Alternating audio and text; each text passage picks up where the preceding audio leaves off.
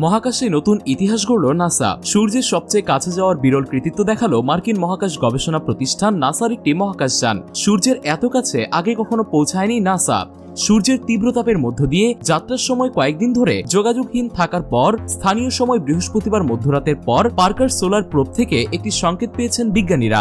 গত 24 ডিসেম্বর মহাকাশযানটি সূর্যের বাহ্যিক বায়ুমণ্ডল, যা করোনা নামে পরিচিত, অতিক্রম করে মাত্র 38 লাখ মাইল দূরত্বে পৌঁছায়। এটি সূর্যের এত কাছাকাছি পৌঁছানো প্রথম কোনো মানব নির্মিত বস্তু।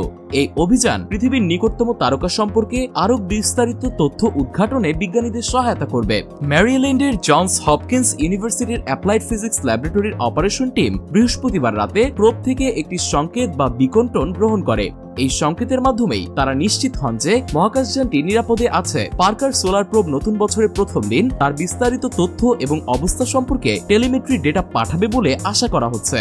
নাসা জানায় মহাকাশযানটি সেখানে যাত্রার উদ্দেশ্য হল সূর্যের কার্যপ্রক্রিয়া সম্পর্কে আরো ভালোভাবে বুঝতে সাহায্য করা। নাসা আরো জানায় সূর্যের এত কাছাকাছি পর্যবেক্ষণের ফলে বিজ্ঞানীরা এই অঞ্চলের উপাদান কিভাবে লাখ লাখ ডিগ্রিতে উত্তপ্ত হয়, সৌর বায়ুর উৎপত্তি কোথায় এবং উচ্চ শক্তির কণাগুলো কিভাবে প্রায় আলোর গতিতে ত্বরান্বিত হয় তা আরো ভালোভাবে বুঝতে সক্ষম হয়েছেন। নাসার বিজ্ঞান শাখার প্রধান ডক্টর নিকোলা ফক্স এর আগে বিবিসিকে বলেছিলেন, শতাব্দীর পর শতাব্দী ধরে মানুষ সূর্য নিয়ে গবেষণা করে আসছে। যতক্ষণ না আপনি কোনো স্থানে যাবেন ততক্ষণ আপনি সেই স্থানে বায়ুমণ্ডল সম্পর্কে ধারণা পাবেন না।